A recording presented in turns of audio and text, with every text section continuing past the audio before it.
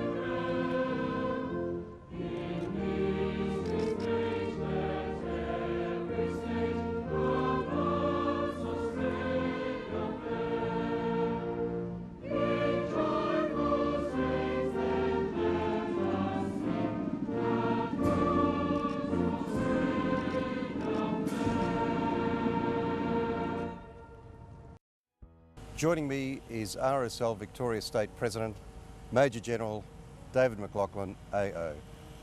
Thanks very much for making time to speak with us today. Fine, thank you. Obviously, one of the key questions is, what does Anzac Day mean to you, David? Well, Anzac Day is a day in which we commemorate all those that committed their life to the armed services in the defence of our nation. And on this day, we particularly call to mind those that have given their life in supreme sacrifice, and many of those that suffered after the war, the various conflicts that they've been involved in, and the families that have supported them. So it's a great day to commemorate self-service and sacrifice. It seems to have been gaining momentum over recent years. It's true. Probably since the 50th anniversary of the end of the Second World War in 1995, there's been an absolute resurgence in the way in which Anzac Day has been commemorated throughout the nation, both in the capital cities, the suburban areas, and indeed in country towns and cities. So I believe it's a great education process to allow those that come after those that have served many years ago, particularly coming up to the centenary of Anzac, to understand what's made this country. Absolutely. Which is the best part of the day that you enjoy the most? I think the most significant part is the dawn service, where you get the absolute quiet of the morning, the darkness transcending into daylight, and it's a very emotive time for me to stand there, particularly here at the Shrine of Remembrance, and see and know that there are 40,000 people out there commemorating Anzac Day and the most significant part of the dawn service. Yeah, it must be a wonderful, wonderful experience. Major General David McLachlan, thank you very much for your time today. Thank you very much.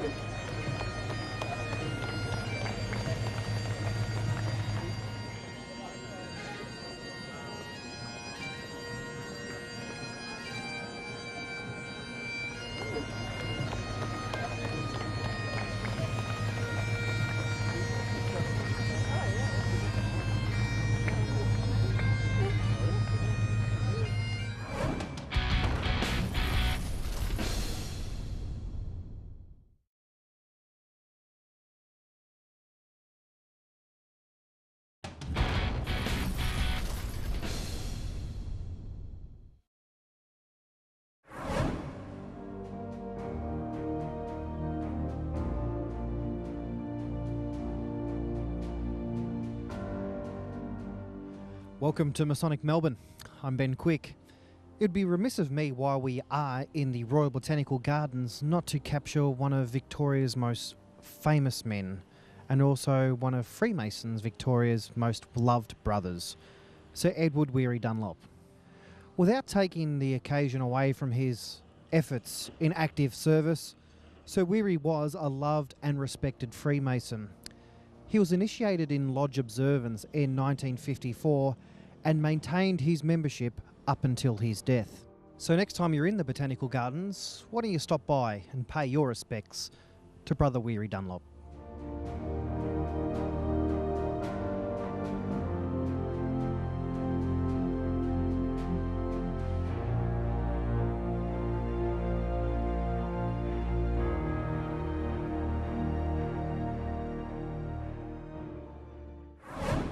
Hi, I'm Gabrielle Forman, and with me today is Right Worshipful Brother John Glover. John, thank you so much for joining us today. Pleasure, Gab. John, tell us a little bit about your role as RAAF Senior Marshall for the Anzac Day parades. Basically, I was in charge of a team of volunteers who organised the Air Force veterans on the Anzac Day March. It was a position I held for about 8 years. I've given it away now because I've moved to the country and I'm involved in the country. But we would get there early, we would draw up the order of march, and this is a plan that takes 12 months to put into place. And then we would organise the veterans, assist them into position so that they could march in the correct order. The best part of it, from my perspective, was meeting some of the famous Air Force veterans and learning something about the traditions that they created. It was nothing more than helping the veterans get there on Anzac Day. So John, what does Anzac Day truly mean to you?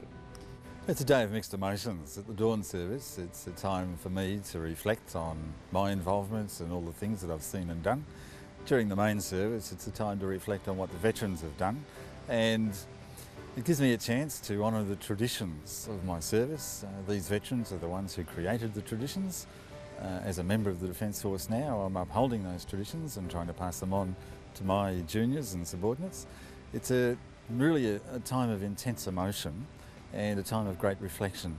Every year you hear a different story that makes you wonder how these young people could ever have survived, let alone come back and still be talking to us 60 and 70 years later. John, you're a member of the United Service Lodge. Tell us a little bit about what attracts members to that lodge. Basically, United Service Lodge is a military lodge. It was formed in 1923 by Freemasons who were members of the Victorian Naval and Military Club, and they wanted a lodge to reflect the same values that were seen in the Naval and Military Club. And for the most part of our time in the lodge, all the members were drawn from the officer ranks of the three Defence Forces and associated services. These days we've relaxed our rules a little bit, and now anyone who subscribes to the military ethos can join. But when you look back through our past history, we've got some incredible military figures who became not only senior military men, but also senior Freemasons in our lodge. For example, in our lodge right now we have 3 past Grand Masters, all of whom have a military background. John, tell us about the correlations between Freemasonry, their principles and values, and those of the armed forces. I think they're evident without thinking about it. In the Defence Force we rely on trust, we rely on teamwork, there's a lot of self-discipline, and of course we do an incredible amount of training for our role. In Freemasonry, especially at Grand Lodge level, in the ceremonial team, we rely on exactly the same thing. Teamwork, training, dedication, commitment. Not so much trust, but the trust is there inherently. It's the trust in the Defence Force that I find the most inspiring thing, and it's the friendship in Freemasonry. Put it all together and it creates that glorious spectacle that we see in Freemasonry when Grand Lodge is performing at its best. You've been a Freemason now for 40 plus years. How have you managed all of the commitments involved in Freemasonry with those of your work in the armed forces? Well, the basic teaching of Freemasonry is that we try and achieve a balance between family, work and hobbies, and that of course includes Freemasonry, and that's really all it's been. It's balance. With a commitment to any task, you've got to find the balance. I've tried to juggle shift work, study, clinical work as a radiographer, and of course I was a clinician in the Air Force, so I was away with the Air Force, I've spent time overseas. Freemasonry suffered at other times. I hate to say it, but sometimes my other commitments suffered whilst I discharged my obligation to Freemasonry. By and large, it's a balance. John, what does Anzac Day truly mean to you? This year Anzac Day is amazing. I've got 5 addresses to give in the week leading up to Anzac Day. This year, for the first time in Rochester, we're actually running a dawn service that I've organised. We're holding it at the cemetery because we're honouring the 37 war graves in the cemetery. Then I go out to Lockington and give the address as the guest speaker. Then I come back into Rochester and we run our annual march in Rochester. That's a really, really busy week. It's a busy week, but it's another one of commitment, and again we're honouring the veterans. Thank you so much for joining us today, John, and I wish you all the best with the rest of your career in Freemasonry. Thank you, it's been my pleasure.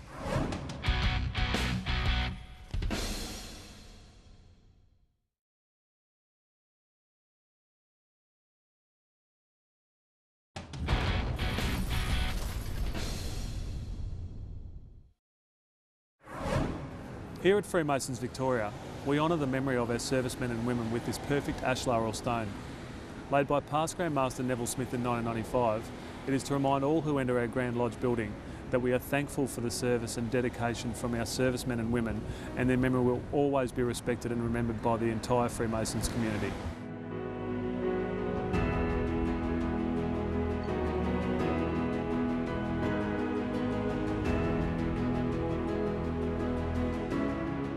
Freemasons have a long and proud association with the armed forces. Throughout Australia's involvement in wars and peacekeeping operations, our members have been ready to serve and defend their country. That trend continues today, with many of our younger members being active Air, Navy or Army personnel. The inaugural Freemasons Victoria's Remembrance Day Field of Remembrance event presents a wonderful opportunity for Freemason members, their families and friends to honour someone who fought and or died for our nation. The lawn outside the front of the Dallas Book Centre has today been transformed in remembrance of those who paid the ultimate sacrifice for the nation. Freemasons' families and friends and the entire community were invited to donate toward a token of remembrance in honour of a Freemason, relative or friend who has given service to the nation, with proceeds going to the Freemasons Victoria Public Charitable Foundation and equally the RSL Victoria State Welfare Fund. The event culminates in a formal ceremony with dignitaries, senior Freemasons and the public invited to view a Masonic tribute known as the Ceremony of the Unknown Soldier. As Freemasons, we all honour and remember those who have died for, served and still serve Australia today.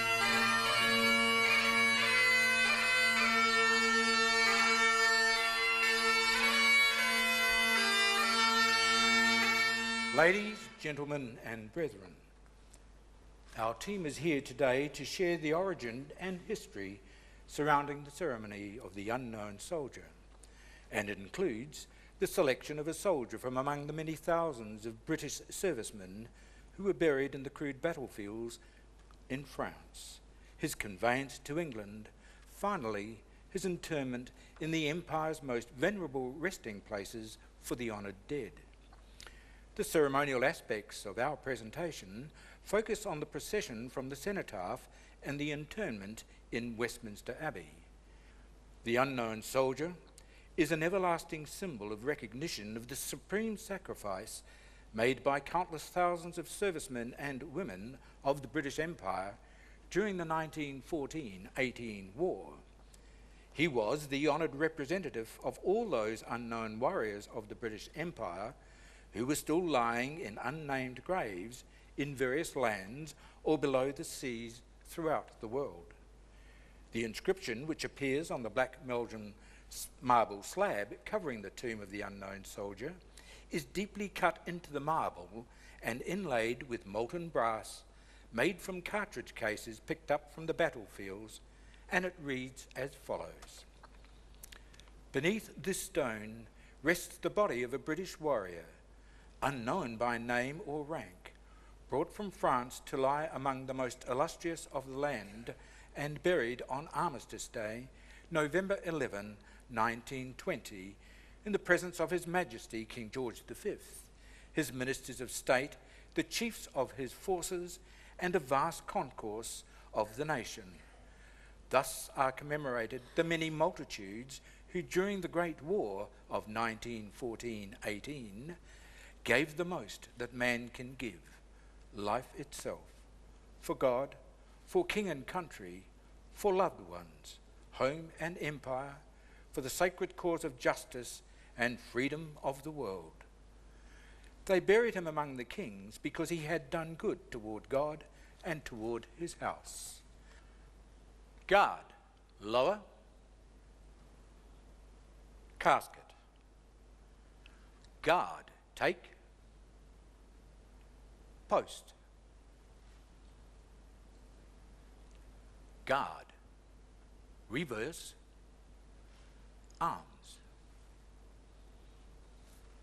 At the committal, the king scattered the soil from each of the 6 battlefields from a silver shell. After a long roll of drums, the poignant notes of Last Post rang out, followed by Reveille, or Rouse. The Dean of Westminster, Bishop Boyle, conducted the service. The music was by English composers and included Brother Kipling's Recessional. During the singing of Lead Kindly Light, the bearers came forward, removed the helmet, webbing belt, bayonet, and Union Jack from the casket, and, at the conclusion of the hymn, lowered the casket into the tomb.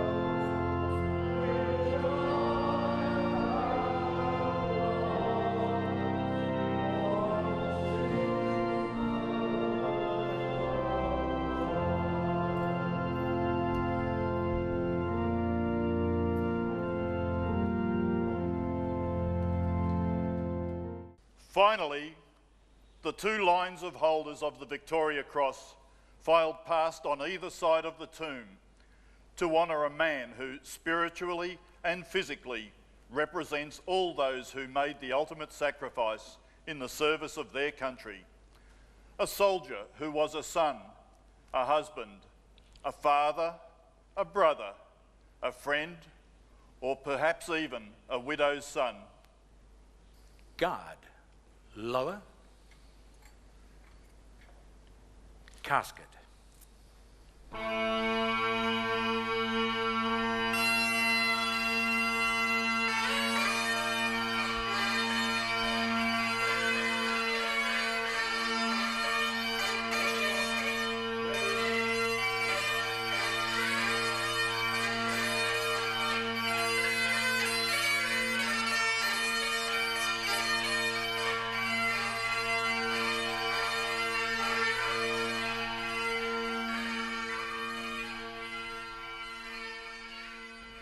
They shall grow not old, as we that are left grow old. Age shall not weary them, nor the years condemn. At the going down of the sun, and in the morning, we will remember them.